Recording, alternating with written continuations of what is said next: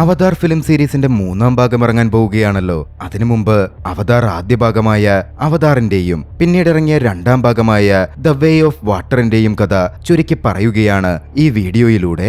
ആദ്യമായിട്ടാണ് നമ്മുടെ ചാനൽ കാണുന്നതെങ്കിൽ ചാനൽ ഒന്ന് സബ്സ്ക്രൈബ് ചെയ്തും വീഡിയോ ലൈക്ക് ചെയ്തും കൂട്ടുകാർക്ക് ഷെയർ ചെയ്തു കൊടുത്തും സപ്പോർട്ട് ചെയ്യുമല്ലോ. നമുക്ക് നേരെ കഥയിലേക്ക് പോകാം. അവതാർ ആരംഭിക്കുന്നത് ജേക്ക് സുള്ളി എന്ന ഒരു ഫോർമർ പട്ടാളക്കാരനെ പരിചയപ്പെടുത്തിക്കൊണ്ടാണ്. വർഷം 2154 ആയിരുന്നു. അരയ്ക്ക് കീപ്പോട്ട് തളർന്ന ജേക്ക് സുള്ളി തന്റെ ജീവിതത്തിൽ ഇനി മറ്റൊന്നും ചെയ്യാനില്ല എന്ന് കരുതി ജീവിതം അലങ്കോലമായി ജീവിച്ചുകൊണ്ടിരിക്കുകയാണ്. ജേക്ക് സുള്ളിക്ക് അടുത്തേക്ക് 2 പേർ എത്തിയത്. ജേക്ക് സുള്ളിയുടെ ഇരട്ട സഹോദരൻ തോമസ് സുള്ളി ഒരു ശാസ്ത്രജ്ഞനായിരുന്നു. അവനുമേൽ തങ്ങൾ ഒരുപാട് പണം ചിലവഴിച്ചിട്ടുണ്ടെന്നും പക്ഷെ അദ്ദേഹം മരണപ്പെട്ടുവെന്നും അദ്ദേഹത്തിന്റെ ജോലി ചെയ്യാൻ നീ തയ്യാറാണെങ്കിൽ നിനക്കതിനായി പുറപ്പെടാമെന്നും വലിയ തുക പ്രതിഫലം കിട്ടും എന്നും അവർ പറഞ്ഞു. ഭൂമിയിൽ മറ്റൊന്നും ചെയ്യാനില്ലാത്ത ജേക്ക് സുള്ളി അതോടെ ആ ദൗത്യം ഏറ്റെടുത്തു. പക്ഷേ ജേക്ക് സുള്ളിയുടെ ജോലി ഭൂമിയിലായിരുന്നില്ല, മറിച്ച് പാണ്ടോറ എന്ന ഉപഗ്രഹത്തിലായിരുന്നു. ആൽഫ സെഞ്ചുറി സ്റ്റാർ സിസ്റ്റത്തിലെ പോളിഫമസ് എന്ന ഗ്രഹത്തിന്റെ ഉപഗ്രഹമായിരുന്നു പാണ്ടോറ. പാണ്ടോറയിൽ വളരെ വലിയ തോതിൽ അണപ്റ്റോണിയം എന്ന ധാതുവുണ്ട്.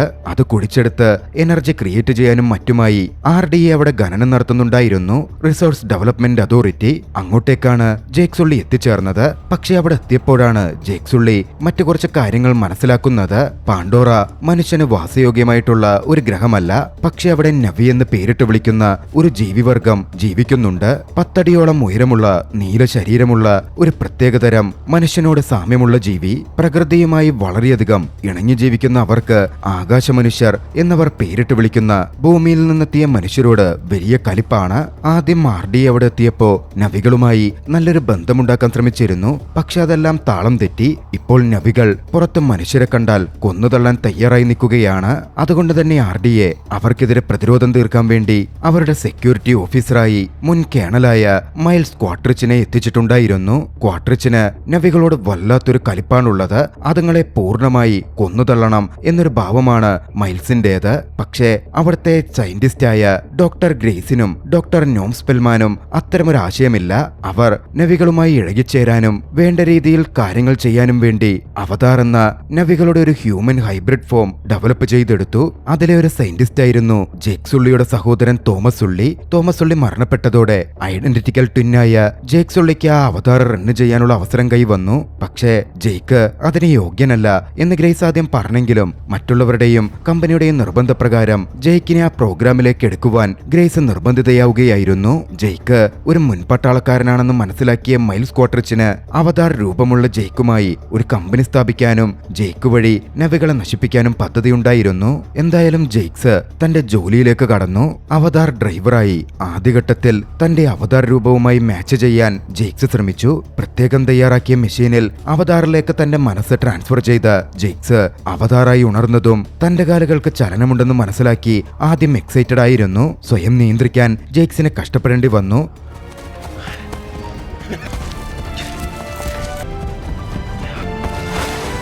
ഒടുവിൽ ഗ്രേസ് എത്തിയായിരുന്നു ജേക്സിനെ ഒന്ന് സമാധാനിപ്പിച്ച് അടക്കി നിർത്തിയത്. ഗ്രേസിനും ഡോക്ടർ നോംസ്പെൽമാനും അടക്കം അവതാർ രൂപങ്ങളുണ്ട്. അവതാർ രൂപങ്ങളായി നവികൾക്കിടയിലേക്ക് ചെന്ന് അവരുമായി സംസാരിച്ച് അവരുമായി ഇടപഴകി പ്രശ്നങ്ങൾ അവസാനിപ്പിക്കുകയാണ് ഡോക്ടർ ഗ്രേസിന്റെ ലക്ഷ്യം. കൂട്ടത്തിൽ അവിടുത്തെ ജീവവൈവിധ്യവും ബയോളജിയുമൊക്കെ അത്രമേൽ അതിശയം നിൽക്കുന്നതാണ് എന്ന് ഡോക്ടർ ഗ്രേസ് എപ്പോഴും പറയുമായിരുന്നു. അതിനെപ്പറ്റി പഠിക്കലും അവരുടെ ലക്ഷ്യങ്ങളിലൊന്നാണ്. ജേക്സ് ഒന്ന് തയ്യാറായതും അവർ മൂവരും കൂടി നവികളുള്ള ആ കാടുകളിലേക്ക് പുറപ്പെട്ടു. പക്ഷെ അവിടെ വെച്ചിട്ട് പാണ്ടോറയിലെ വൈൽഡ് ലൈഫിന്റെ ഒരു അറ്റാക്ക് അവർ എതിരിടേണ്ടി വരികയാണ്. ഗ്രേസും ഡോക്ടർ നോമും ഓടി രക്ഷപ്പെട്ടപ്പോ ജേക്സിന് അതിന് സാധിച്ചില്ല. ജേക്സിന് വഴിതെറ്റി. അവൻ കാടിനുള്ളിൽ കുടുങ്ങി. നെയ്തീരി എന്ന നവി പ്രിൻസസ് ആയിരുന്നു അപകടത്തിൽ പെടാൻ പോയ ജേക്കിനെ അന്ന് രക്ഷപ്പെടുത്തിയത്.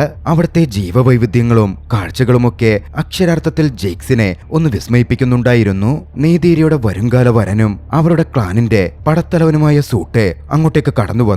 ജെയ്ക്കിനെ കൊല്ലാൻ വേണ്ടി സൂട്ടെ മുന്നിട്ട് വന്നെങ്കിലും നെയ്തീരി അവനെ തടഞ്ഞു.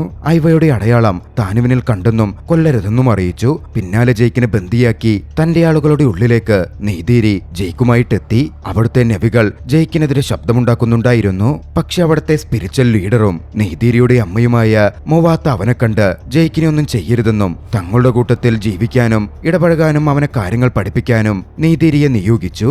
ഇതേസമയം മറുവശത്ത് ജെയ്ക്കിനെ അങ്ങനെ അവരുടെ ക്ലാനിൽ പ്രവേശിപ്പിച്ചതും ട്രെയിൻ ചെയ്യാനുള്ള അവസരം കിട്ടിയതുമൊക്കെ ഡോക്ടർ ഗ്രേസിനും മറ്റും വലിയ കാര്യമായിരുന്നു. വിവരമറിഞ്ഞ് കേണൽ മൈൽസ് ക്വാട്രിച്ച് ജെയ്ക്കിനെ കാണാനെത്തി. നവികൾ ഹോം ട്രീ എന്ന് വിളിച്ച് താമസിക്കുന്ന വളരെ വലിയൊരു മരമുണ്ട്. അതിന് താഴെ അണപ്ടോണിയത്തിന്റെ വളരെ വലിയ സ്രോതസ്സാണുള്ളത്. ആ മരം എങ്ങനെ തകർക്കണമെന്ന് പഠിക്കാനും കാര്യങ്ങൾ മനസ്സിലാക്കാനും മൈൽസ് ജെയ്ക്സിന് നിർദ്ദേശം കൊടുത്തു. തനിക്ക് വേണ്ടി അവൻ ആ ദൗത്യം നിറവേറ്റിയാൽ അവന്റെ കാല് ശരിയാക്കാനുള്ള പണം കമ്പനിയോട് പറഞ്ഞ് താൻ വാങ്ങിത്തരാം എന്നും കേണൽ പറഞ്ഞിരുന്നു. ജെയ്ക്സും അതിന് സമ്മതിച്ചു. എന്തായാലും അടുത്ത ദിവസം മുതൽ അവതാർ രൂപത്തിലുള്ള ജെയ്ക്കിന്റെ നവി ട്രെയിനിങ് ആരംഭിക്കുകയാണ്. നെയ്തീരി അവനെ ആദ്യം പഠിപ്പിച്ചത് അവിടുത്തെ കുതിര പോലുള്ള ജീവിയെ ഓടിക്കാനായിരുന്നു. പക്ഷെ അത്ര എളുപ്പമല്ല. നവികളുടെ നീണ്ട മുടിക്ക് പുറകിൽ ഞരമ്പുകൾ പോലെ നീളുന്ന ന്യൂറോണുകൾ സഞ്ചരിക്കുന്ന ഒരു കണക്ഷൻ ഭാഗമുണ്ട്. അത് പാണ്ടോറയിലെ എല്ലാ ജീവികളുമായി കണക്ട് ചെയ്യാൻ സാധിക്കും. അങ്ങനെ വന്നാൽ നവികളും ജീവികളുമായി പൂർണ്ണമായി കണക്ട് ആവുകയും നവികൾ മനസ്സിൽ ചിന്തിക്കുന്ന പോലെ ആ ജീവികൾ നീങ്ങുകയും സഞ്ചരിക്കുകയും ഒക്കെ ചെയ്യുമായിരുന്നു. അത് പരിശീലിച്ചെടുക്കാൻ ഒരുപാട് പ്രയാസമായിരുന്നെങ്കിലും ഒരുപാട് കഷ്ടപ്പെടുന്നുണ്ടെങ്കിലും ജെയ്ക്ക് പതിയെയാണെങ്കിലും ഓരോ വിദ്യകളും സ്വായത്തമാക്കുന്നുണ്ട്. നവികളുടെ രീതികൾ കൃത്യമായി പഠിക്കുന്നുണ്ട്.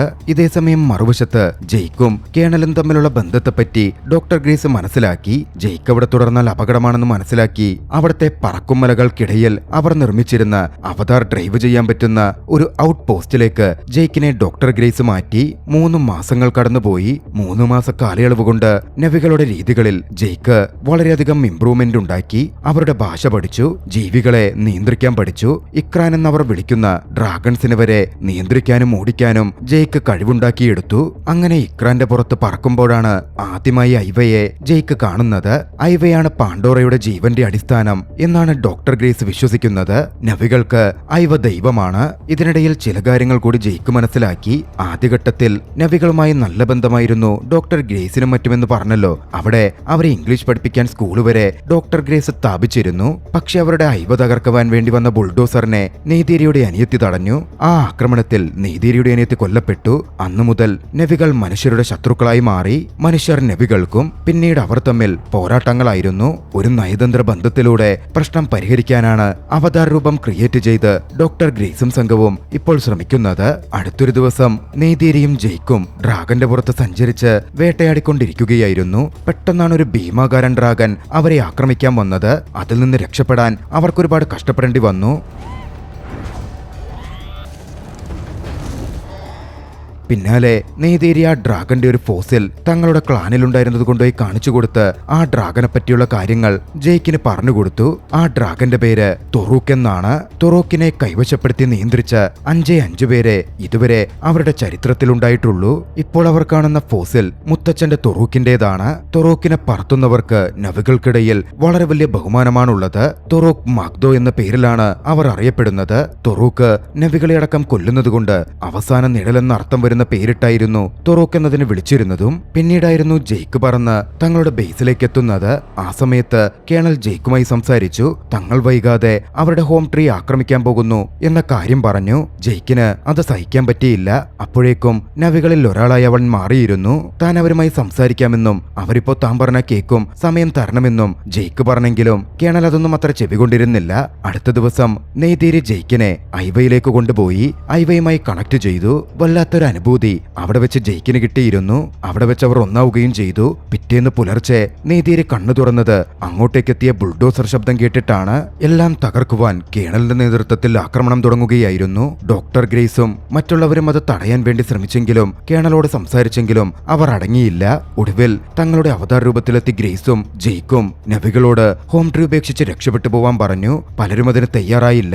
ഏറ്റുമുട്ടൽ നടന്നു. കേണലും സംഘവും ഹോം ട്രീ നശിപ്പിച്ചു. നിരവധി പേർ കൊല്ലപ്പെട്ടു. ആ കൂട്ടത്തിൽ ക്ലാനിന്റെ തലവനായ നെയ്തീരിയുടെ അച്ഛനടക്കം പെട്ടിരുന്നു. ജെയ്ക്സും ഗ്രേസുമെല്ലാം കേണലിനെതിരെ പ്രവർത്തിക്കാൻ തുടങ്ങിയതോടെ അവരവരുടെ അവതാർ ഡ്രൈവിംഗ് സിസ്റ്റം ഓഫ് ചെയ്തു. പിന്നാലെ ജെയ്ക്കിനെയും ഗ്രേസിനെയും ഡോക്ടർ ന്യൂമിനെയും അവർ ബന്ദികളാക്കി അവിടുത്തെ ജയിലിൽ അടച്ചു. ജെയ്ക്കും ഡോക്ടർ ഗ്രേസുമെല്ലാം നടന്ന കാര്യങ്ങളിൽ വല്ലാതെ ദുഃഖിച്ചിരുന്നു. നവികളിൽ വലിയൊരു വിഭാഗം നശിച്ചിരിക്കുന്നു. ഇതിനിടയിൽ തന്നെ ജെയ്ക്കും ഗ്രേസുമെല്ലാം മനുഷ്യരുടെ ചാരന്മാരായിരുന്ന നവികളാണ് എന്ന കാര്യവും നവികൾ തിരിച്ചറിഞ്ഞിരുന്നു. ഉണ്ടായിരുന്നു. പക്ഷേ കേണലിന്റെ ഈ പ്രവൃത്തിയൊന്നും അവിടുത്തെ പട്ടാള സംഘത്തിലുണ്ടായിരുന്ന ട്രൂഡി എന്ന പൈലറ്റിന് ഇഷ്ടപ്പെട്ടിരുന്നില്ല. ട്രൂഡി ഉണർന്ന് പ്രവർത്തിച്ചു. ജെയ്ക്കിനെയും ഗ്രേസിനെയും നോമിനെയും തടവറയിൽ നിന്ന് അവൾ രക്ഷപ്പെടുത്തി ഔട്ട് പോസ്റ്റിലേക്ക് വിമാനത്തിൽ പറത്തി. പക്ഷേ ഇതിനിടയിൽ ആ രക്ഷപ്പെടലിൽ ഗ്രേസിന് വെടിയേറ്റിരുന്നു. ജെയ്ക്സ് തന്റെ അവതാർ രൂപത്തിലേക്ക് തിരികെ എത്തി. പക്ഷേ അവനറിയാം, ഇനി നബികൾക്കിടയിലേക്ക് ചെന്നാൽ അവർ തന്നെ വിലവെക്കുകയേയില്ല.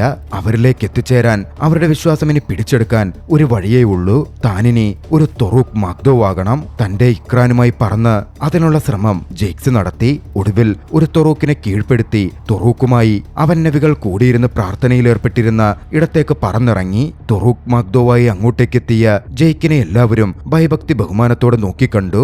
നബികളുടെ വിശ്വാസം സംഭരിക്കാനും ജെയ്ക്കിന് കഴിഞ്ഞു. പിന്നാലെ ജെയ്ക്ക് പുതിയ തലവനായ സൂട്ടയുടെയും നീതിരിയുടെയും സഹായത്തോടെ എല്ലാവരോടുമായി സംസാരിച്ചു. പാണ്ടോറയിലുള്ള നവി ജീവിവർഗത്തിന്റെ മുഴുവൻ ക്ലാനുകളെയും ചെന്നു കാണണം. അവരോട് RDA നശിപ്പിക്കാൻ, അവർക്കെതിരെ യുദ്ധം ചെയ്യാൻ തങ്ങളെ സഹായിക്കാൻ ആവശ്യപ്പെടണം എന്ന കാര്യം ജെയ്ക്സ് പറഞ്ഞു. എല്ലാവരും അതിന് സമ്മതിച്ചു. പല വഴിക്കായി പിരിഞ്ഞ് പാണ്ടോറയുടെ പല ഭാഗത്തായി ജീവിക്കുന്ന നബികളുടെ ക്ലാനുകളെ അവർ ചെന്നു കണ്ടു, സഹായം അഭ്യർത്ഥിച്ചു. കൂട്ടത്തിൽ ഐവയോടും ജെയ്ക്ക് സഹായം ചോദിക്കുന്നുണ്ട്. ഇതിനിടയിൽ വെടിയേറ്റിരുന്ന ഗ്രേസിന്റെ ശരീരം പൂർണ്ണമായി നവിയുടെ ശരീരത്തിലേക്ക് മാറ്റുവാൻ അവരുടെ പരമ്പരാഗതമായ കുറെ ആരാധനാ ചടങ്ങുകളിലൂടെ ശ്രമിക്കുകയും അവർ ചെയ്തു. അധികം വൈകാതെ രണ്ട് വിഭാഗങ്ങളും തമ്മിലുള്ള യുദ്ധം ആരംഭിക്കുകയാണ്. ആധുനിക ആയുധങ്ങളുമായി കേണൽ മൈൽസും സംഘവും പൊരുതിയപ്പോ തങ്ങളുടെ പരമ്പരാഗത രീതിയിലായിരുന്നു നവികൾ യുദ്ധം ചെയ്തത്. ഒടുവിൽ ഐവയുടെയും ആ പ്രകൃതിയുടെയും തന്നെ സഹായത്തോടെ നവികൾ RDAക്കുമേൽ യുദ്ധവിജയം നേടി.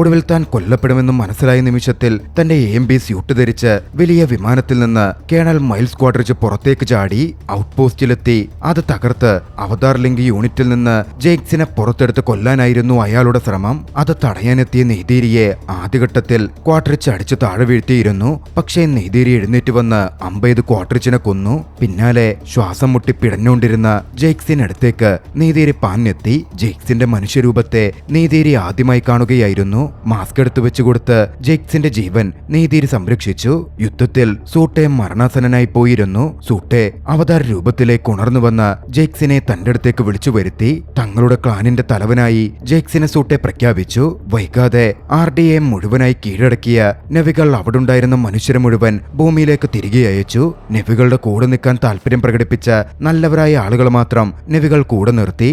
ഏറ്റവും ഒടുവിലായി ഐവയുടെ കീഴിൽ ജെയ്ക്സുള്ളിയുടെ മനുഷ്യ ശരീരത്തെ പൂർണ്ണമായി നവിയാക്കി മാറ്റാനുള്ള ഒരു പ്രാർത്ഥനാശ്രമം നവികൾ നടത്തുകയായിരുന്നു. നേരത്തെ ഗ്രേസിൽ അത്തരമൊരു ശ്രമം നടത്തി അത് പ്രവർത്തിക്കാതെ പോയതാണ്. അതിന്റെ ഒരു ആശങ്ക എല്ലാവർക്കും ഉണ്ടായിരുന്നെങ്കിലും പൂർണ്ണമായി ജെയ്ക്സിന്റെ ആത്മാവ് നവിയുടെ അവതാറിലേക്ക് കുടിയേറി. മനുഷ്യനായ ജെയ്ക്സുള്ളി മരണപ്പെട്ടു. പൂർണ്ണമായ ഒരു നവിയായി അവരിൽ ഒരാളായി ജെയ്ക്സ് കണ്ണു തുറന്നു. പിന്നീട് അവരുടെ ഗോത്രത്തലവനായി നീതിരിയെ വിവാഹം കഴിച്ച് ജെയ്ക്സ് ജീവിക്കാൻ ആരംഭിച്ചു. പിന്നീട് 16 വർഷക്കാലം കടന്നുപോയി. ഒമാത്തിക്കായ ട്രൈബിന്റെ ലീഡറായി തന്റെ കുടുംബത്തിനൊപ്പം സന്തോഷത്തോടെ ജെയ്ക്സ് ജീവിച്ചു വരുന്നു. ജെയ്ക്സിനും നെയ്തീരിക്കും മൊത്തത്തിൽ 5 മക്കളുണ്ട്. മൂത്ത മകൻ നെതേയം, രണ്ടാമത്തവൻ ലോവാക്ക്, മൂന്നാമത്തത് മകളാണ് ടക്ക് എന്നാണ് അവളുടെ പേര്. പിന്നെ വളർത്തുമകൾ കിരി, ഏറ്റവും ഒടുവിലായി സ്പൈഡർ എന്ന് അവർ വിളിക്കുന്ന ഒരു മനുഷ്യക്കുട്ടി. യാഥാർത്ഥ്യത്തിൽ സ്പൈഡർ കേണൽ മൈൽസ് ക്വാഡ്രിച്ചിന്റെ മകനായിരുന്നു. പാണ്ടോരയിൽ നിന്ന് മനുഷ്യരെ തിരികെ അയച്ചപ്പോൾ അവിടുണ്ടായിരുന്ന സ്പൈഡറിനെ കുട്ടിയായതിന്റെ പേരിൽ തിരികെ അയക്കാൻ പറ്റുമായിരുന്നില്ല. അങ്ങനെ സ്പൈഡർ അവിടുത്തെ ശാസ്ത്രജ്ഞന്മാർക്കൊപ്പം വളർന്നു. പിന്നീട് നീതിരിയുടെയും ജെയ്ക്സിന്റെയും മകനായും മാറി. ഇതിൽ ജെയ്ക്സിന്റെ വളർത്തുമകളായ കിരി യാഥാർത്ഥ്യത്തിൽ ഡോക്ടർ ഗ്രേസിന്റെ മകളാണ്. അവതാർ രൂപത്തിൽ കുറച്ച് നാളുകൾ കൂടി പരിക്കേറ്റെങ്കിലും ഗ്രേസിന്റെ ജീവൻ പിടിച്ചു നിർത്താൻ ഐവയുടെ സഹായത്തോടെ സാധിച്ചിരുന്നു. അന്ന് ഗർഭിണിയായിരുന്ന ഡോക്ടർ ഗ്രേസിന്റെ അവതാർ രൂപം ജന്മം കൊടുത്ത കുട്ടിയാണ് കിരി. ജെയ്ക്സ് അവരെ എല്ലാവരെയും തുല്യരായി തന്റെ മക്കളായി വളർത്തി. പക്ഷേ സ്പൈഡറിന്റെ കാര്യത്തിൽ മാത്രം നീതിരിക്കത്ര താല്പര്യമുണ്ടായിരുന്നില്ല. ഒന്നുമില്ലെങ്കിലും തങ്ങളുടെ ക്ലാനടക്കം നശിപ്പിക്കാൻ ശ്രമിച്ച മൈൽസ് ക്വാഡ്രിച്ചിന്റെ മകനാണല്ലോ അവൻ. എന്നിരുന്നാലും മക്കളിൽ ഒരാളായി നീതിരി അവനെയും കണ്ടുപോന്നു. ഇതേസമയം മറുവശത്ത് കിരിയും സ്പൈഡറും തമ്മിൽ വലിയൊരു അടുപ്പം തന്നെ ഉണ്ടായിരുന്നു. സ്പൈഡറാകട്ടെ നവികളുടെ ഒപ്പം കൂടെ ജീവിച്ച് താനും അവരിലൊരാളാണ് എന്ന് ചിന്തിക്കുക പോലും ചെയ്തു. അങ്ങനെയിരിക്കെയാണ് ഒരു ദിവസം ജെയ്ക്സും നീതിരിയും സംസാരിച്ചിരിക്കെ ആകാശത്തിൽ ഒരു സ്പേസ്ഷിപ്പ് ദൃശ്യമായത്. വൻ നാശം വിതച്ചുകൊണ്ട് പാണ്ടോറയുടെ ഭൂമിയിലേക്ക് അത് വന്നിറങ്ങി. കുറെ ജീവജാലങ്ങളും പാണ്ടോറയുടെ സസ്യസമ്പത്തും ഒക്കെ നശിച്ചിരുന്നു. വീണ്ടും പാണ്ടോറയിലേക്ക് RDA എത്തിച്ചേരുകയായിരുന്നു. ഇത്തവണ റോബോട്ടുകളുടെ അകമ്പടിയോടെയാണ് വരവ്. എല്ലാം തകർത്ത് വീണ്ടും അവർ അവിടെ പ്രവർത്തനം ആരംഭിച്ചു. ഇതേ സമയം തന്നെ RDA മറ്റൊന്നുകൂടി ചെയ്തിരുന്നു. കൊല്ലപ്പെട്ട കേണൽ മൈൽസ് ക്വാർട്രിഡ്ജിന്റെ അടക്കം സൂക്ഷിക്കപ്പെട്ട DNA-യും ഓർമ്മകളും എല്ലാം എടുത്ത് അത് കമ്പൈൻ ചെയ്ത് അവതാർ രൂപം ക്രിയേറ്റ് ചെയ്തു. ഓർമ്മകളും മറ്റും അവതാർ രൂപത്തിലേക്ക് ഇംപ്ലാന്റ് ചെയ്ത രീതിയിലായിരുന്നു. കോട്രിച്ച് വീണ്ടും നവികളോടുള്ള പൂർണ്ണ വൈരാഗ്യത്തോടെ പുനർജീവിച്ചു വന്നു. അത് ഒരു ക്ലോണാണെങ്കിൽ കൂടിയും അന്നു കൊല്ലപ്പെട്ട പല സോൾജേഴ്സിന്റെയും അവതാർ രൂപം അത്തരത്തിൽ കമ്പനി ഡെവലപ്പ് ചെയ്തിരുന്നു. ഒമാത്തിക്കായയെ ഇല്ലാതാക്കണം, പ്രത്യേകിച്ച് ജെയ്ക്കിനെ കൊന്നുതള്ളണം. അതായിരുന്നു കേണൽ മൈൽസിന്റെ ലക്ഷ്യം. RDA പ്രവർത്തനം ആരംഭിച്ചപ്പോ അതിനെതിരെ ജെയ്ക്സ് തന്റെ ടീമുമായി എത്തി ഒരു അറ്റാക്ക് നടത്തി അവരുടെ ട്രെയിൻ സംവിധാനം തകർത്തു. അതിൽ നിന്ന് അവർ ട്രാൻസ്പോർട്ട് ചെയ്യുകയായിരുന്ന ആയുധങ്ങളും ഭക്ഷ്യവസ്തുക്കളുമൊക്കെ അവർ കളക്ട് ചെയ്തെടുത്തു. ഈ ആക്രമണം നടത്തുമ്പോൾ ജെയ്ക്കിന്റെ നിർദ്ദേശം അനുസരിക്കാതെ ലോവാക്ക് അവിടെ ഒരു പ്രവർത്തനം നടത്തി. അതിലവന് പരിക്കേൽക്കുകയും ചെയ്തു. അതിന്റെ പേരിൽ ജെയ്ക്ക് ലോവാക്കിനെ ഒരുപാട് ശകാരിച്ചിരുന്നു. പാൻഡോറയിലേക്ക് എത്തിച്ചേർന്ന കേണൽ മൈൽസ് അവിടുത്തെ നിലവിലെ ലീഡറായ ജനറൽ ആട്മോറിനെ മീറ്റ് ചെയ്തു. ആട്മോർ നിലവിലെ അവസ്ഥകൾ വിശദീകരിച്ചു. പറക്കുന്ന ഡ്രാഗൺസിൽ വന്ന് നവികൾ തങ്ങളുടെ സിസ്റ്റങ്ങൾ നശിപ്പിക്കുകയാണ്, ആക്രമിക്കുകയാണ്. അതിന് തടസ്സം തീർക്കണം. അതിനുവേണ്ടിയുള്ള പദ്ധതി, ഒരു തിരിച്ചടി അവർ പദ്ധതിയിട്ടിരുന്നു. അതിലേക്ക് കേണൽ മൈൽസും സംഘവും കൂടി ജോയിൻ ചെയ്തു. കാട്ടിലേക്ക് അവർ പറന്നിറങ്ങി. അവരെത്തിയ കാടിന്റെ ആ ഭാഗത്ത് ഇതേ സമയം ഇതൊന്നും അറിയാതെ ജെയ്ക്സിന്റെ മക്കൾ കളിച്ചുകൊണ്ടിരിക്കുകയായിരുന്നു. ഇതേ സമയം ഔട്ട് പോസ്റ്റിലേക്ക് പറന്നിറങ്ങിയവർ കേണലും സംഘവും അവിടെ പരിശോധനകൾ നടത്തി. പണ്ട് കൊല്ലപ്പെട്ടു വീണ തന്റെ ശരീരമടക്കം കേണൽ അവിടെ വെച്ച് നോക്കിക്കണ്ടു. കിരിയും അപ്പോഴേക്ക് മറന്നു നിന്ന് അവരുടെ സാന്നിധ്യം തിരിച്ചറിഞ്ഞിരുന്നു. അത് കണ്ട ലോവാക്ക് ഉടനടി തന്റെ അച്ഛന് വിവരം കൈമാറി. അപ്പോഴേക്കും RDAയിൽ നിന്ന് കരസ്ഥപ്പെടുത്തിയ വോയിസ് ട്രാൻസ്മിറ്റർ അവർ സംഭാഷണത്തിന് ഉപയോഗിക്കുന്നുണ്ടായിരുന്നു. മക്കളെ രക്ഷപ്പെടുത്താൻ വേണ്ടി നീതിരിയും ജെയ്ക്കും അങ്ങോട്ടേക്ക് പാഞ്ഞെത്തി. പക്ഷേ നിർഭാഗ്യവശാൽ അപ്പോഴേക്കും കേണലിന്റെയും സംഘത്തിന്റെയും പിടിയിൽ ജെയ്ക്കിന്റെ മക്കൾ പെട്ടിരുന്നു. ജെയ്ക്കും നീതിരിയും അങ്ങോട്ടേക്കെത്തി അവരെ ആക്രമിച്ച് മക്കളെ രക്ഷപ്പെടുത്താൻ ശ്രമിച്ചു. ആ ശ്രമത്തിൽ അവർ വിജയിക്കുകയും ചെയ്തു. പക്ഷേ സ്പൈഡറെ അപ്പോഴേക്കും കേണലും സംഘവും പിടിച്ചുകൊണ്ടുപോയിരുന്നു. തിരികെ ബേസിലേക്ക് എത്തിയ കേണലും സംഘവും സ്പൈഡറെ ചോദ്യം ചെയ്യാൻ തുടങ്ങി. സ്പൈഡറുടെ പേരറിഞ്ഞതും അത് തന്റെ മകനാണ് എന്ന് കേണൽ മനസ്സിലാക്കിയിരുന്നു. മറുവശത്ത് ജെയ്ക്ക് നീതിരിയുമായി സംസാരിച്ചു. ഒമാത്തിക്കായ ക്ലാനിൽ തുടരുന്നത് ഇനി അത്ര സുരക്ഷിതമല്ല.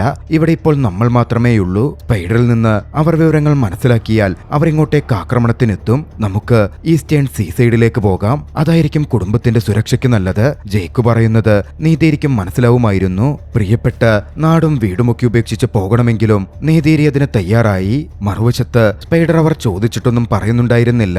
അതോടെ ജനറൽ സ്പൈഡറെ പീഡിപ്പിച്ച് വിവരങ്ങൾ ചോർത്താൻ ശ്രമിച്ചു. സ്പൈഡർ പക്ഷേ എന്നിട്ടും വഴങ്ങുന്നില്ല. ഒരു പരിധി കഴിഞ്ഞപ്പോ തന്റെ മകൻ ഇങ്ങനെ ഉപദ്രവിക്കപ്പെടുന്നത് കണ്ട് കേണലിന് സഹിച്ചില്ല.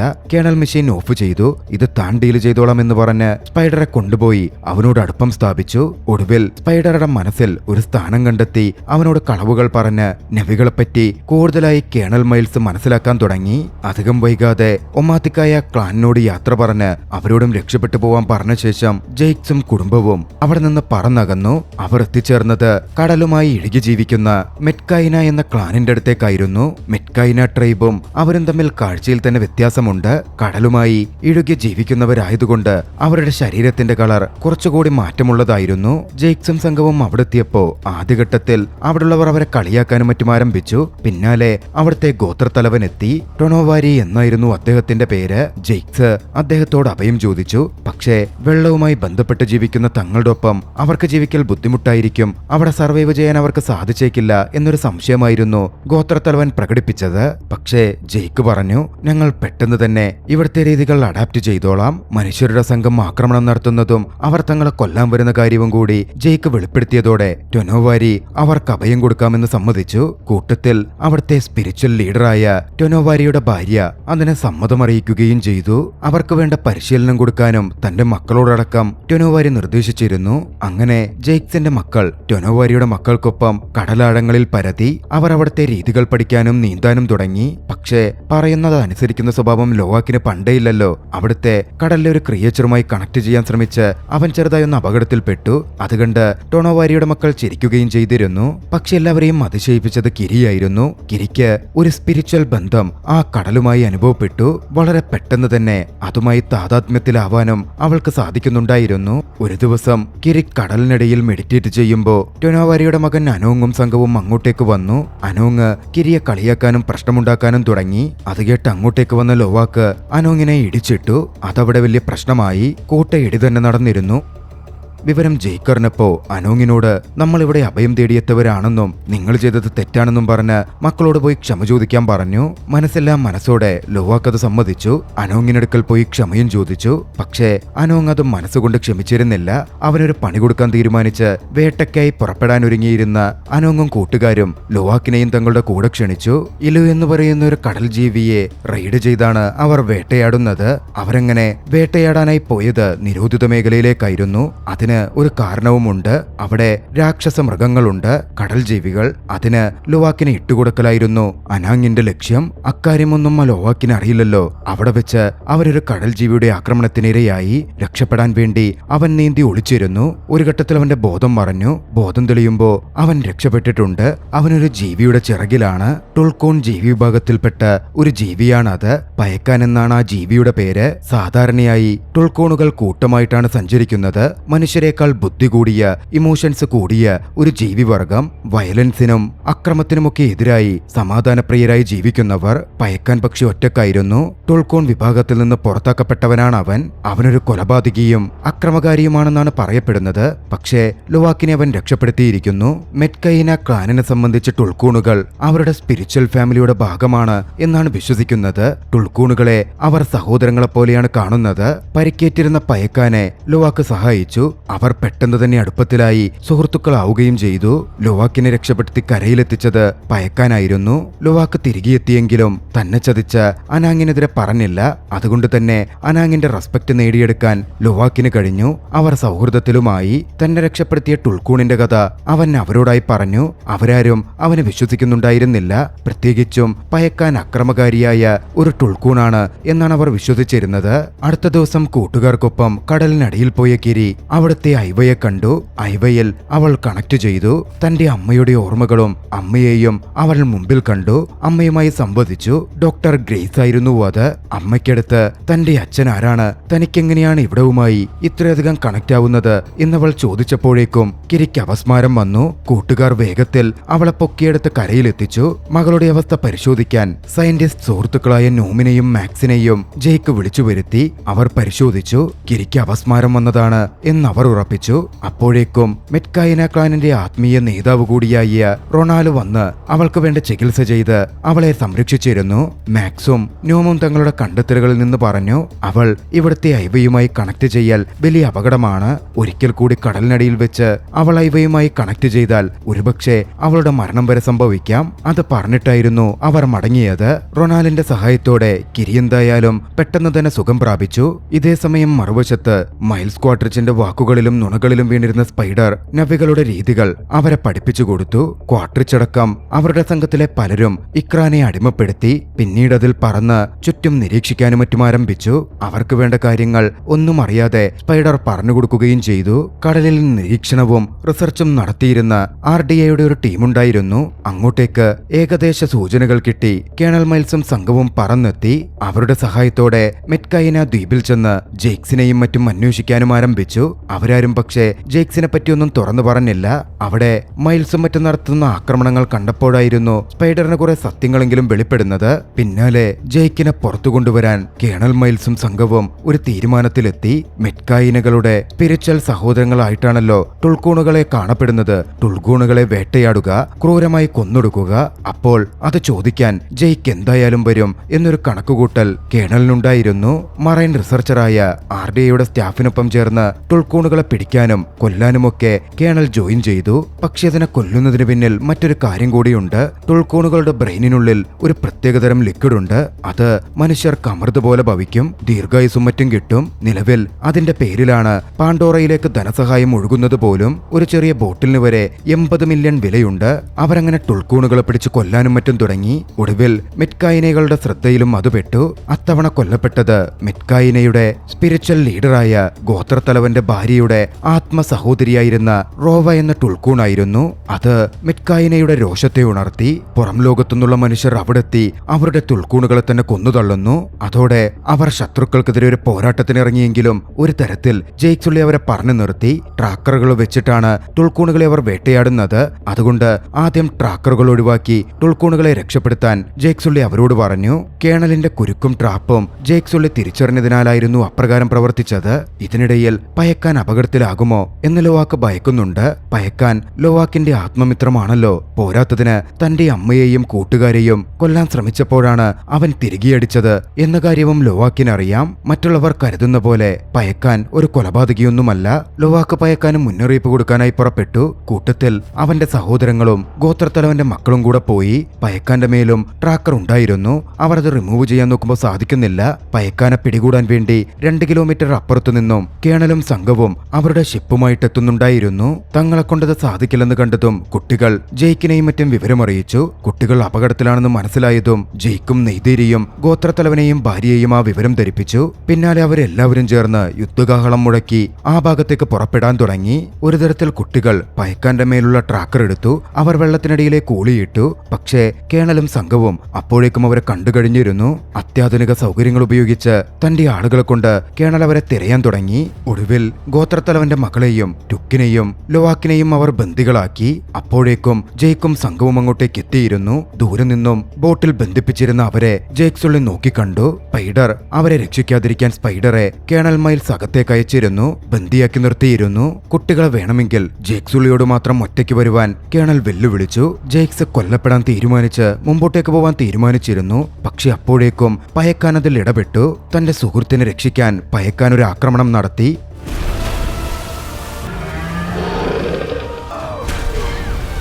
അവസരം മുതലെടുത്ത് ജെയ്ക്സും മിറ്റ്കായിന ക്ലാനും ചേർന്ന് ആക്രമണം ആരംഭിച്ചു. മക്കളെ രക്ഷപ്പെടുത്തുക, തുൾക്കൂണുകൾക്ക് വേണ്ടി പ്രതികാരം ചെയ്യുക എന്നതായിരുന്നു അവരുടെ ലക്ഷ്യം. കനത്ത ആക്രമണം നടന്നു. ഇതിനിടയിൽ സ്പൈഡർ ആ സീ ഷിപ്പിന്റെ കൺട്രോൾ റൂം തകർത്തു. അതോടെ ഷിപ്പ് പാറക്കൂട്ടത്തിലിടിച്ചു. അത് താഴാൻ തുടങ്ങി. വെള്ളമതിനുള്ളിലേക്ക് ഇരച്ചു കയറി. ജെയ്ക്സും നെറ്റേയവും ഷിപ്പിലേക്ക് കയറി മക്കളെ മോചിതരാക്കി. അവരോട് രക്ഷപ്പെട്ടു പോവാൻ പറഞ്ഞു. പക്ഷേ ലോവാക്ക് ആക്രമണത്തിനായി അവിടെ തുടർന്നു. സ്പൈഡറെ രക്ഷപ്പെടുത്തണമെന്ന് പറഞ്ഞിട്ടായിരുന്നു അത്. സ്പൈഡറിനായുള്ള തിരച്ചിലിനിടയിൽ കേണൽ അവരെ കണ്ടു. വെടിയുതിർത്തു. നെറ്റേയത്തിന് വെടിയേറ്റു. രക്ഷപ്പെട്ട സ്പൈഡറും ലോവാക്കും ചേർന്ന് നെറ്റേയത്തെ വേഗം രക്ഷപ്പെടുത്തി പുറത്തെത്തിച്ചെങ്കിലും നെറ്റേയം കൊല്ലപ്പെട്ടിരുന്നു. അതുകണ്ട് നീതിരിക്ക് സഹിക്കാൻ സാധിച്ചില്ല. പക്ഷേ ഇതിനിടയിൽ കേണൽ കിരിയെയും ടുക്കിനെയും പിടികൂടി ബന്ധിച്ചിരുന്നു. വീണ്ടും ജെയ്ക്കിനെ അയാൾ വെല്ലുവിളിച്ചു. മക്കളെ രക്ഷപ്പെടുത്തണമെങ്കിൽ അവരെ വേണമെങ്കിൽ നീ ഒറ്റയ്ക്ക് വരണമെന്ന് കേണൽ പറഞ്ഞു. നീതിരി നിയന്ത്രണം വിട്ടു നിൽക്കുകയായിരുന്നു. ജെയ്ക്ക് അവളെ സമാധാനിപ്പിച്ചു. മക്കളെ രക്ഷപ്പെടുത്താൻ വേണ്ടി സ്പൈഡറിന്റെ സഹായത്തോടെ അവർ മുങ്ങിത്താഴുന്ന ഷിപ്പിലേക്ക് എത്തി. അവിടെ വലിയൊരു സ്ഫോടനം നടത്തി കേണലിന്റെ ആളുകളെ ജെയ്ക്സ് കൊന്നുതള്ളി. നീതിരിയും വന്ന് ആക്രമണം തുടങ്ങി. ഒരു ഘട്ടത്തിൽ അവസരം കിട്ടിയപ്പോ ജെയ്ക്ക് വന്ന് ടുക്കിനെ രക്ഷപ്പെടുത്തി. പക്ഷെ അപ്പോഴാണ് കേണൽ കിരിയുടെ കഴുത്തിൽ കത്തിവെച്ചെത്തിയത്. ആയുധം താഴെ വെക്കാൻ കേണൽ ജെയ്ക്കിനോട് പറഞ്ഞു. ജെയ്ക്ക് അതനുസരിച്ചു. അപ്പോഴേക്കും അങ്ങോട്ടേക്കെത്തിയ നീതിരി സ്പൈഡറെ കടന്നുപിടിച്ച് ബന്ദിയാക്കി. കിരിയെ വിട്ടില്ലെങ്കിൽ സ്പൈഡറെ കൊല്ലുമെന്ന് ഭീഷണിപ്പെടുത്തി. ആദ്യം കേണൽ അത് ശ്രദ്ധിച്ചില്ലെങ്കിലും നീതിരി സ്പൈഡറുടെ ദേഹത്ത് ഒരു മുറിവുണ്ടാക്കിയപ്പോ കേണൽ കിരിയെ വിട്ടു. പക്ഷെ അത് ചെറിയൊരു മുറിവായിരുന്നു. രക്ഷപ്പെട്ടതും സ്പൈഡറോടും മക്കളോടും രക്ഷപ്പെട്ടു പോവാൻ ജെയ്ക്കും നെയ്തീരിയും പറഞ്ഞു. ഷിപ്പ് താഴ്ന്നുകൊണ്ടിരിക്കുകയാണ്. പക്ഷേ അവർ രക്ഷപ്പെട്ടു പോവാൻ വേണ്ടി ഇറങ്ങിയതും കേണൽ വീണ്ടും വെല്ലുവിളി ഉയർത്തി. ജെയ്ക്കിനെയും കുടുംബത്തെയും ഇല്ലാതാക്കുമെന്ന് പറഞ്ഞു. ജെയ്ക്ക് കയറിച്ചെന്ന് കേണലുമായി പൊരുതി.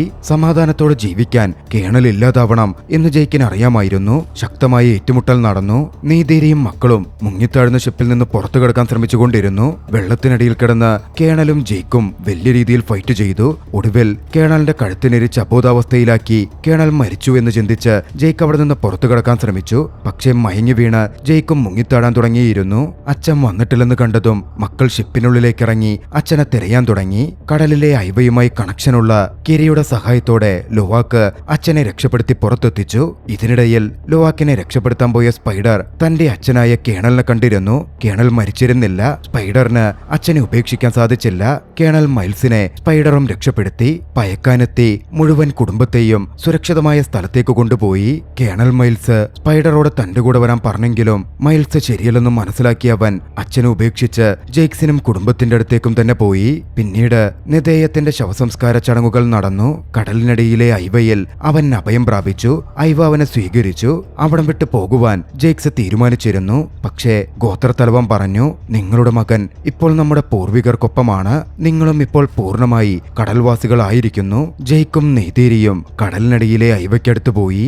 ഐവയിൽ കണക്ട് ചെയ്തു. തന്റെ മകനെ കണ്ടു. മകനുമായുള്ള നല്ല ഓർമ്മകൾ അവരുടെ ഉള്ളിലേക്കെത്തി. തങ്ങൾ കടൽവാസികളാണ്, ഇവിടെയാണ് തുടരേണ്ടത് എന്ന് ജെയ്ക്ക് പറയുന്നിടത്ത് ചലച്ചിത്രം അവസാനിക്കുന്നു. രസകരമായ 2 ചലച്ചിത്രങ്ങളുടെയും വിശദീകരണം നിങ്ങൾക്കിഷ്ടമായെങ്കിൽ വീഡിയോ ലൈക്ക് ചെയ്യുക.